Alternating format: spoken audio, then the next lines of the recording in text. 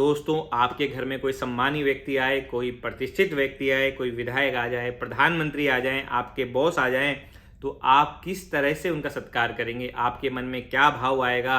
आप घर की सजावट किस तरह करेंगे? अगर उसमें कोई त्रुटि हो गई, कोई हानि हो गई या कोई आपने गलती कर दी तो उसका दुष्परिणाम आपको भुगतना पड़ सकता है। अब ये डिपेंड करता है सामने वाले पे कि सामने वाले का मूड कैसा है, सामने वाला का माफ़ी करने की उसकी कैपेसिटी कितनी है, कितना पेशेंस है, आपकी गलतियाँ कितनी वो स्वीकार कर सकता है। इसी प्रकार दोस्तों कलश स्थापना में भी आपको ध्यान रखना है। कलश स्थापना में जब आप कलश स्थापना करते हैं घर में घट स्थापना, तो 33 कोटि देवी देवता आते हैं।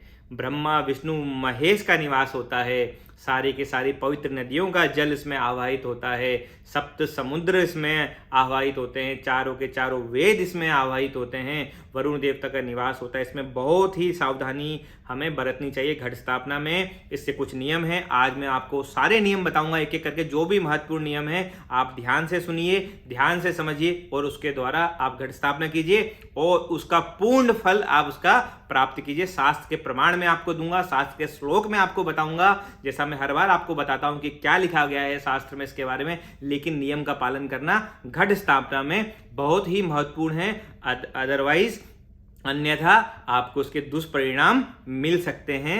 आप बोलेंगे भाव बहुत जरूरी होते हैं। हाँ, भाव जरूरी हैं, लेकिन भाव के साथ कुछ नियम भी जरूरी हैं और आपको नियम का पालन करना चाहिए। दोस्तों कभी भी घट की स्थापना, कलश की स्थापना किसी के आग्रह में, किसी के दबाव में या दिखावटीपन में बिल्कुल ना करें। शास्त्र में इसका प्रमाण है कि अगर आप दिखावटीपन के लिए या किसी के आग्रह में, दबाव में अगर घट की स्थापना करेंगे तो उसके दुष्परिणाम आपको भोगने पड़ सकते हैं। शास्त्र में श्लोक आता है, आग्रहता कुरुते यस्तु कलश स्थापनम मम तस्य संपदि विनाशः स्याज्येष्ठः पुत्रो विनश्यति। अगर कोई आग्रह करके या दबाव में, दिखावटीपन के लिए कलश की स्थापना करता है, उसकी सुख संपदा, धन और सब चीज का विनाश होता है। तो कभी भी दबाव में ना करें। अब हम कैसे करें? सबसे पहले जैसा मैंने आपको बताया, जब भी हम घट स्थापना करते हैं, कलश स्थापना करते हैं, सारे देवी देवता हमारे घर में आते हैं। तो आने के लिए आपको क्या करना है? अब भगवान कब आते हैं ये चीज मैं आपको एक सुंदरकांड के प्रसंग से बताता हूं। सुंदरकांड आपने सुना होगा। सुंदरकांड में जब हनुमान जी लंका जाते हैं तो लंका में किसके घर में गए आपने देखा?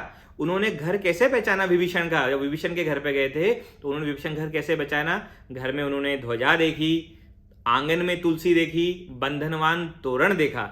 तो यही आपको करना है। देवता उसी घर में जाते हैं जहां पर ध्वजा लगी रहती है, आंगन में तुलसी हो। ध्वजा आप छत में भी लगा सकते हैं और छत में नहीं लगा सकते हैं तो आप आंगन में लगा सकते हैं। अगर उत्तर पूर्व ईशान कोण होगा तो बहुत ही श्रेष्ठ माना गया है। आंगन में आप तुलसी रखिए, तुलसी में आप लाल कलर की चुन्नी लगा सकते हैं। घर के बाहर दरवाजे में आप एक तोरण लगा सकते हैं। आम पीपल के पत्ते से बंधा तोरण लगा सकते हैं, पुष्प का तोरण लगा सकते हैं। आप शुभ लाभ कोई भी एक सनातिक आकृति आप उसमें लगा सकते हैं। तो मित्रों आपको छत में या आंगन में जैसे भी आपकी सुविधा हो आपको ध्वजा लगानी है और आंगन में तुलसी आपको लगानी है। दरवाजे में आपको बंधनवार तोरण आपको लगाना है। और अगर आप घट स्थापना कर रहे हैं नवरात्रा में या कभी भी, उससे पहले आप इनको नई, अगर ध्वजा ऑलरेडी लगी हुई है तो उसको आप बदलकर नई भी लगा सकते हैं, नया तोरण भी लगा सकते हैं। अगर पुराना हो तो वो भी चलेगा, लेकिन लगाना बहुत जरूरी है, होना चाहिए। तभी देवता आते हैं, वो एनर्जी तभी आकर्षित होगी। इन चीजों में ये पूरा खेल ऊर्जा का है, ये पूरा कॉस्मिक जो है ये एनर्जी पे चलता है। मैं धीरे धीरे आपको ये सब चीजें बता रहा हूं। अभी मैं आपको रिलीजियसली बता रहा हूं, बाद में मेरा ये उद्देश्य है कि मैं आपको टेक्निकल तरीके से चीज समझाऊं, because this is the game of energy. Energy आकर्षित कैसे होती है, आपको ये तीनों चीजें लगानी है। ये कोई कपोल कल्पित बातें नहीं है। हमारे जो ऋषि मुनि थे इन्होंने अपनी मेधा से, अपने आत्मज्ञान से अपनी कुंडलियां जागृत करके ये सारे नियम बनाए हैं और ये पूरे साइंटिफिक नियम हैं। इनसे ये एनर्जी आकर्षित होती है। तो आपको ये तीनों चीजें आपको करनी है। उसके बाद आपको अपने आज्ञा चक्र में, अपने मस्तिष्क में तिलक लगा हुआ होना चाहिए। आपके घर में दीपक जला हुआ होना चाहिए। घट स्थापना से पहले, कलश स्थापना से पहले ये काम आपको सुनिश्चित कर लेने हैं। तिलक आपके परिवारजनों में सबके तिलक लगा हुआ होना चाहिए और घर में दीपक जला हुआ होना चाहिए। अगर नवरात्रा है तो अखंड दीपक जले तो और भी श्रेष्ठ है। तिलक और दीपक के नियम के बारे में वीडियो ऑलरेडी बना चुका हूं, आपने देखा नहीं तो उसका डिस्क्रिप्शन में मैं लिंक दे दूंगा, आप उसको अवश्य देखिए। तो तिलक, दीपक और ध्वजा, तुलसी और बंधनवार, ये आप चीज करके रखिए घट स्थापना से पहले। तो ये हमने पहला नियम देखा। तो दूसरा आता है कि इसका मुहूर्त कब है घट स्थापना का, हम कब घट स्थापना करें, प्रातः काल करें, दिन करें, संध्या काल कब करें।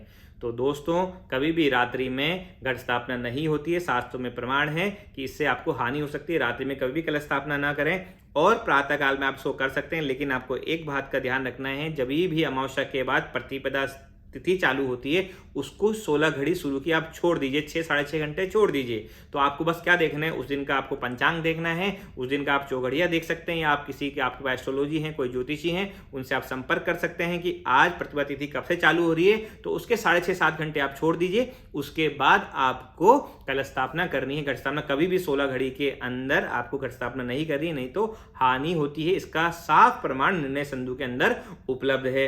और आपको स्थिर लग्न में इसकी अगर आप घट स्थापना करेंगे तो बहुत ही अच्छा होता है। स्थिर लग्न जो स्थिर राशियां होती है हमारी, उसमें आप ये स्थापना कर सकते हैं। अब अगली बात आती है कि पात्र कैसा हो जिसमें हम घट स्थापना करेंगे, तो उसके बारे में कहा गया है। भविष्य पुराण में एक श्लोक आता है, स्वर्णम व रजतम वापि ताम्रम मण्यजयम तुवा अकालम व्रणम चेव सर्वलक्षण सयुताम।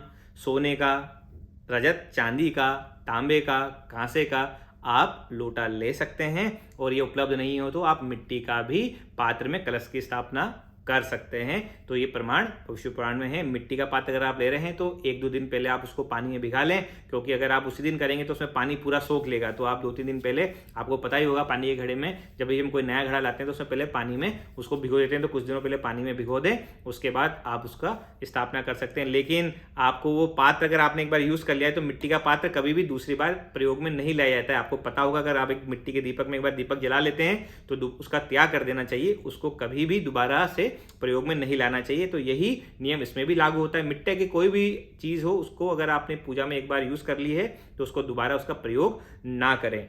मित्रों कभी भी स्टील के लोटे में आप कलश की स्थापना ना करें। मैंने देखा है बहुत लोग कलश स्टील का लोटा रहता है उसमें स्वास्तिक बनाते हैं, उसमें ही नारियल रख देते हैं। कभी भी स्टील के लोटे में आपको कलश स्थापना नहीं करनी है। स्टील लोहे के समान ही माना जाता है। और दूसरी चीज, कभी भी उन बर्तनों का प्रयोग ना करें जो आप खाने में इस्तेमाल करते हैं, आपके किचन के यूज के लिए करते हैं, या किसी मेहमान के लिए, किसी और के लिए आप यूज करते हैं अपने दैनिक जीवन में, उन बर्तनों का आपको प्रयोग नहीं करना है पूजा के सामानों में। तो आप ये ध्यान रखें कि ये नियम का अच्छे से पालन हो। तो जो कलश है ये पावर का जनरेटर है, इसलिए हमें ध्यान रखना है कि हम इसमें नियम का पूरी तरीके से पालन हो, कोई भी त्रुटि नहीं रहे, कोई भी अशुद्धता नहीं रहे। इसमें हमें बहुत ही भाव के साथ, मंत्रों के साथ, और हाँ कभी भी बिना मंत्रों के आपको कलश की स्थापना नहीं करनी है। साथ में अगर आपको मंत्र नहीं आते हैं, आप ओम नमो भगवते वासुदेवाय, ओम नमः शिवाय, ओम वरुण देवाय नमः, आप ये बोल सकते हैं ओम गम गणपति नमः, ओम ऋग्वेदाय नमः, यजुर्वेदाय नमः, सामवेदाय नमः, अथर्वेदाय नमः। वेदों का आप नाम ले सकते हैं, गंगा, यमुना, नर्मदा, कावेरी, सरस्वती नदियों का आप नाम ले सकते हैं। बट आपको मंत्र बोलने हैं, आपको भगवानों का नाम लेना है। ऐसे ही नहीं करना है कि बस आंखें बंद करी और लोटा लिया, स्वास्तिक बनाया, नारियल रख दिया, मूली बांध ली और कलश स्थापना होगी। बिल्कुल भी नहीं। शास्त्र में इसके प्रमाण हैं, शास्त्र में श्लोक हैं। आप निर्णय सिंधु देख सकते हैं, भविष्य पुराण देख सकते हैं, ब्रह्म पुराण देख सकते हैं, कालिका पुराण देख सकते हैं। सब में श्लोक आता है कि इससे वंश का नाश हो सकता है, धन संपदा का नाश हो सकता है, और ये बहुत जरूरी है। इसलिए मैं बार बार जोर देके बोल रहा हूँ कि घट स्थापना या तो आप नहीं करें जबरदस्ती, अगर आप नहीं कर सकते हैं किसी के आग्रह पे ना करें, आप भाव से कीजिए और नियम का पालन अवश्य कीजिए। घट स्थापना बहुत ही महत्वपूर्ण है हर पूजा अनुष्ठान में, और नवरात्र में बहुत विशेष हो जाता है क्योंकि ये 9 दिन तक हमारे घर में स्थापित रहता है। इसलिए हमें 9 दिन तक बहुत ही शुद्धता का ध्यान रखना है। अगला प्रश्न आता है कि पत्ते कितने हों और कौन से पत्ते कलश में स्थापित होने चाहिए।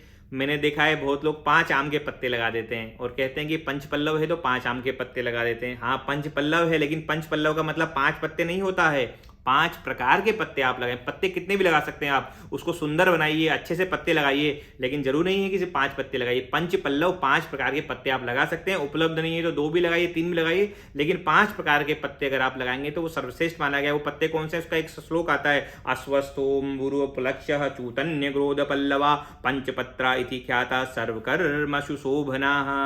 तो ये अश्वत्था, पीपल के, पलाश के, गूलर के, बरगद के और आम के, ये 5 प्रकार के पत्ते हैं। अगर आप कलश में स्थापित करेंगे तो ये सर्वश्रेष्ठ रहेगा। तो अगला प्रश्न आता है कि कलश को किसके ऊपर स्थापित किया जाए। तो कलश को स्थापित करने के लिए प्रमाण आता है, कलश को जो नवरात्रा की घट स्थापना होती है हमेशा यवांकुर के ऊपर, जौ के ऊपर ही आप घट की स्थापना करें, कलश की स्थापना करें। तो आपको एक मिट्टी का पात्र लेना है, उसमें मिट्टी डालनी है और उसमें आप जौ डाल दीजिए, बारले सीड्स डाल दीजिए। जब वो हरित हो जाएगी, वो नवमी 10वीं के दिन इसको काटा जाता है। हरेला पर्व भी मनाया जाता है, इसलिए हरेला पर्व बनाया जाता है। लेकिन उसका जो विधान है, सबसे पहले प्रतिपदा के दिन 16 घड़ी छोड़कर आप मिट्टी डालिए, मिट्टी में आप जौ बोइए और जौ बोने के ऊपर बीच में आप सप्तधान डाल के उसके ऊपर आप कलश रख सकते हैं। इसके बारे में श्लोक आता है, यवान वै वापये तत्र गोदमे शापि संयुक्तान तत्र संस्थापयेत् कुंभम विधिन्न मंत्र पूर्वकम।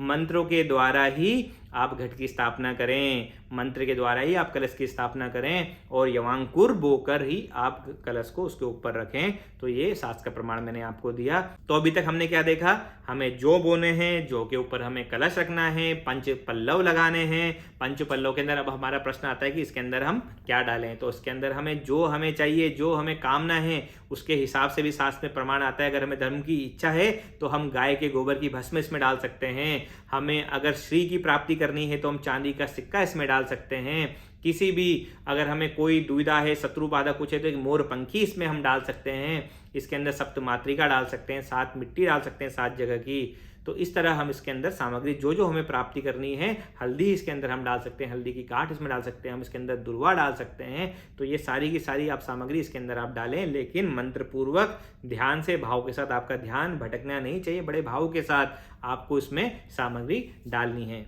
जो हमने कलश रखा है उसमें हम एक अच्छा सा लंबा सा मोली का धागा लेके मोली का धागा बांध सकते हैं, क्योंकि यही मोली का धागा हमें बाद में जब विसर्जन करेंगे उस समय इस मोली के धागे से हमें तोरण बनाना है। तो आपको सुनिश्चित करना है कि जो ये मोली का धागा आप बांधे ये इतना लंबा हो कि बाद में जब हम इसको निकालेंगे तो इससे हम एक तोरण बना सकें। तो हमें मोली का धागा अच्छे से, पर्याप्त मात्रा में मोली का धागा इसमें बांधना है। एक स्वास्तिक का आप इसमें चिन्ह बना सकते हैं कलश के ऊपर और पंचपल्लव आप इसमें लगा दीजिए। तो अब आता है कि हम नारियल को कैसे रखें। नारियल को हमेशा पूर्ण पात्र में रखना है। तो कलश के ऊपर आपको एक पात्र रखना है, उस पात्र में आप थोड़े से अनाज डाल सकते हैं, सप्तानाज डाल सकते हैं या चावल रख सकते हैं। चावल के ऊपर आपको नारियल रखना है। अब नारियल का मुख कैसे रखना है मैंने पिछले वीडियो में आपको बता दिया था, आप वो वीडियो देख लीजिए कि नारियल का मुख हमेशा हम पूजा करने वाले की तरफ होना चाहिए। आप डिटेल में आप वो वीडियो देख सकते हैं, उसका लिंक मैं डिस्क्रिप्शन में दे दूंगा। तो नारियल भी हमने रख दिया विधि विधान के साथ। तो हमें क्या करना है, यवांकुर बोने हैं, जो बोने हैं, जो के ऊपर घट की स्थापना करनी है, उसमें आपको मूली बांधनी है, स्वास्तिक का चिन्ह बनाना है, पंचपल्लव लगाने हैं और नारियल की स्थापना करनी है। अब नारियल में जो कपड़ा लपेटा जाता है वो किस रंग का हो, तो इसके बारे में शास्त्र प्रमाता है, रक्त सूत्रेण वस्त्रम, रक्त कलर का, लाल कलर का वस्त्र आपको हमेशा नारियल में या कलश में लपेटना है। इस बात का विशेष ध्यान देना है, सिर्फ लाल कलर की बात की गई है। मैंने बहुत जगह देखा है सफेद कलर का, पीला कलर का धागा बांध लेते हैं, लेकिन नारियल में, कलश में, घट स्थापना में हमेशा रक्त ही सूत्र का वस्त्र होना चाहिए और मूली भी लाल कलर की आपको बांधनी है। तो ये शास्त्र प्रमाण मैंने आपको दिया। अब आता है कि कलश को कौन सी दिशा में स्थापित करें। कलश हमेशा ईशान कोण में, उत्तर पूर्व दिशा में घट की स्थापना होती है। भगवान के दाईं तरफ और आपके बाईं तरफ कलश की स्थापना होती है ईशान कोण में। तो आप हमेशा ये ध्यान रखेंगे उत्तर पूर्व दिशा में आप घट की स्थापना करें।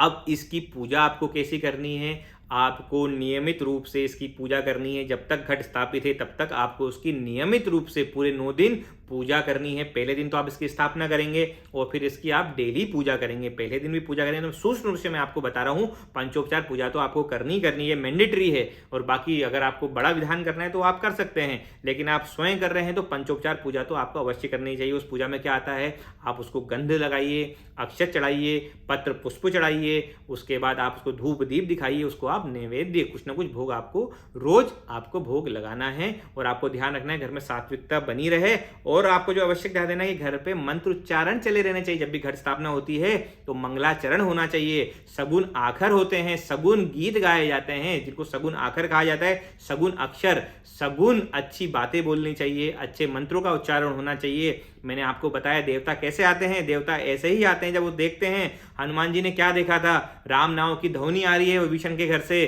कुछ मंत्र चल रहे हैं, वहां पर तुलसी की स्थापना है, वहां पर ध्वजा लगी हुई है। तो आपको इसी तरह घर पे मंगलाचरण करना है, सगुन आखर गाने हैं। आजकल तो इलेक्ट्रॉनिक काफ़ी हमारे पास डिवाइसेस उपलब्ध है, आप अच्छे से संगीत उसमें भजन लगाइए, कीर्तन चलाइए, ढोलक मृदंग शंख घंटी की ध्वनि कीजिए। तो घट स्थापना जब भी करते हैं ये इतना इंपॉर्टेंट और इतना उपयोगी है, इसमें देवता अवश्य आते हैं। तो दोस्तों कलश को बिल्कुल भी हिलाना ढुलाना नहीं है, आपको सुनिश्चित करना है, उसकी पूरी सुरक्षा करनी है कि वो हिलो डुलो नहीं जब तक वो घर में स्थापित है।